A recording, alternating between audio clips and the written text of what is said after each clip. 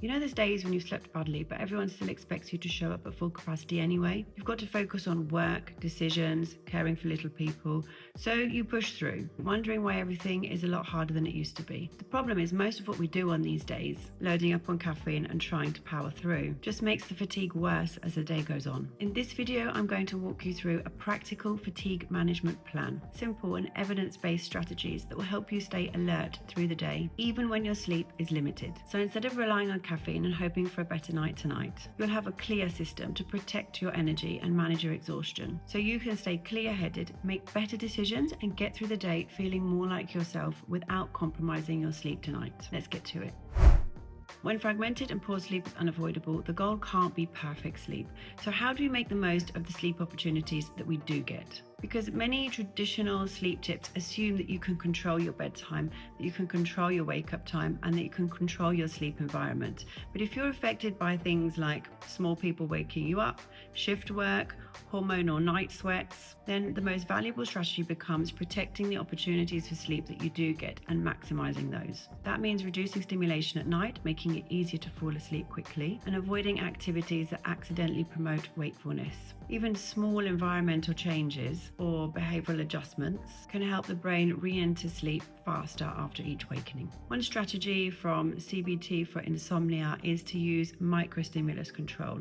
So if you are awake for more than 20 minutes at night, use a low stimulating, low light, winds down, and then return to bed when you're slightly more drowsy, rather than trying to stay up, scrolling on your phone, getting that blue light into your eyes, or doing things that might prolong arousal. So this might look like some deep breathing, some meditation exercise, reading a book with a low light, doing a body scan, and this has good evidence in trials for helping to get you back into a sleepy state when you've been woken up through the night for whatever reason. Another strategy, which I like to call ultralight, ultra boring nights, can be used when you are going into your bedtime routine. This helps to increase the melatonin because it's reducing the stimulation and the arousal. So this is about minimizing inputs at night.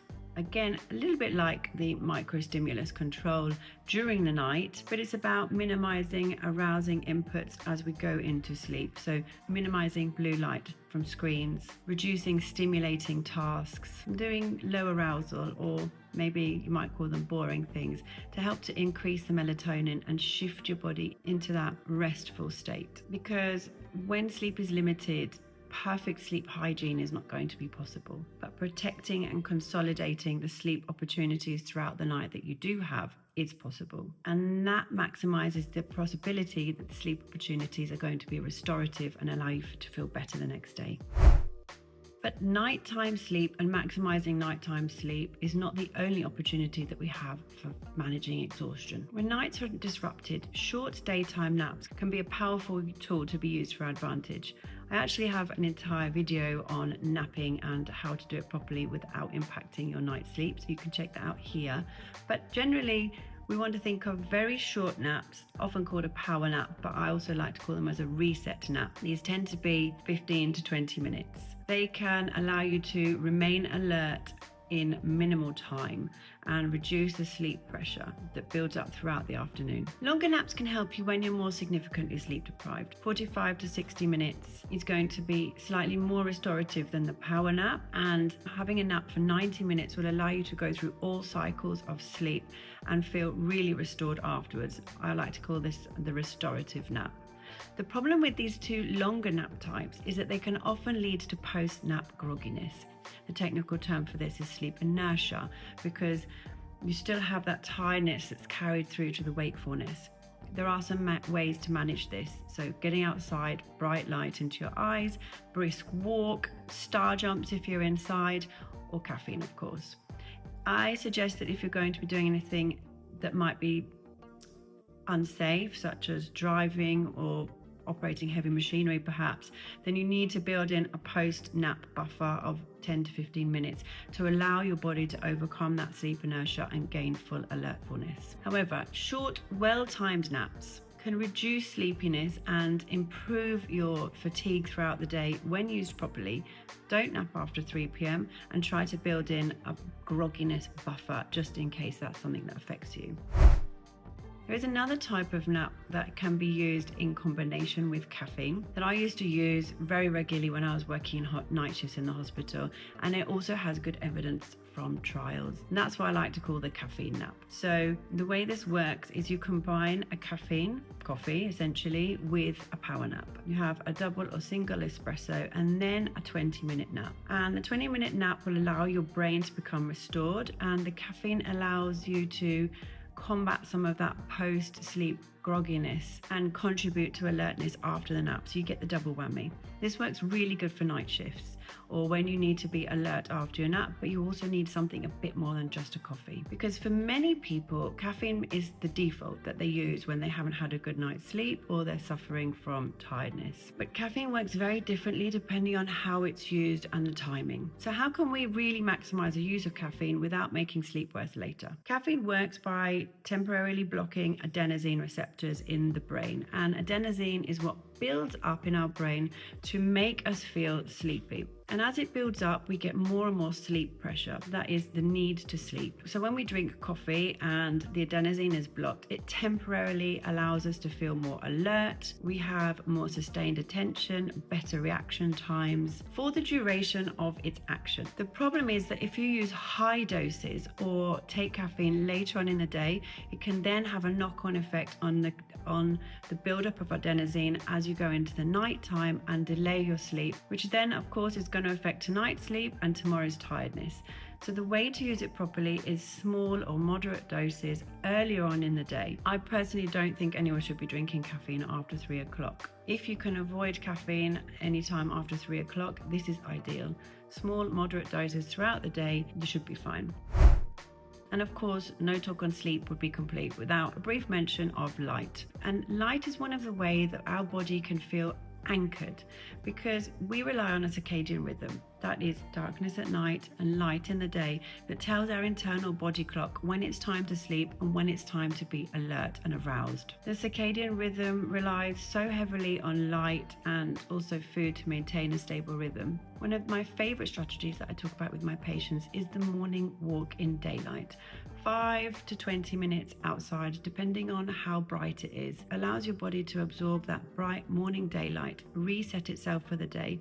And when you combine it with exercise, you get a double whammy. If this is the only thing you do to reset your day after a bad night's sleep, make it this one, because this will have an impact not only on the alertness and your arousal state throughout the day, but also it will allow your body to reset. It will dispel the adenosine, it will dispel the sleepy hormones, and it will kickstart your day so that you end it in a good state. You end it ready to enter good restorative sleep. And of course, the converse of this is avoiding that bright light at night, which can trick our brain into thinking it's daytime and prevent us from returning to a state of sleepiness quickly.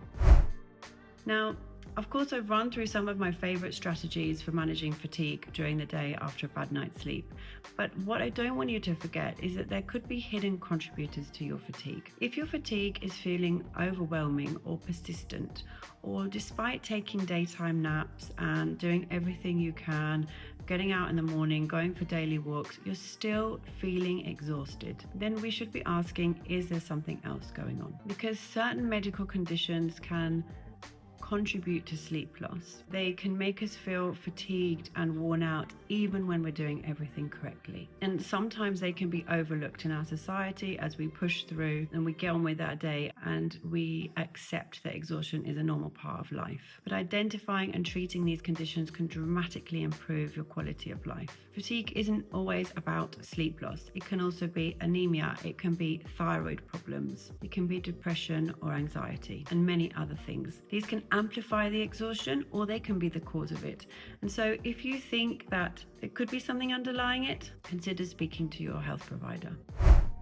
So at this point, it might feel like a lot. We've talked about naps, caffeine, light, exercise, different strategies for maximizing sleep opportunities at night. But this isn't about doing everything correctly and adding all of these things in. This is about finding the small things that you can implement consistently or when you need them in order to get on with your day and improve your quality of life. This is about building your own personal fatigue management plan, a system if you like, because without a system, everything falls apart. A bad night turns into a reactive day. More caffeine, more stress, less patience. And that just creates a cycle where exhaustion builds and you never really recover. But with a simple structure in place, you are not relying on energy that you don't have. You're actively reducing the impact of the poor sleep on your mood and your energy, physically and mentally. And this will make the difficult days feel more manageable. So what I want you to do is, instead of trying to power through and just take a power nap, think strategically.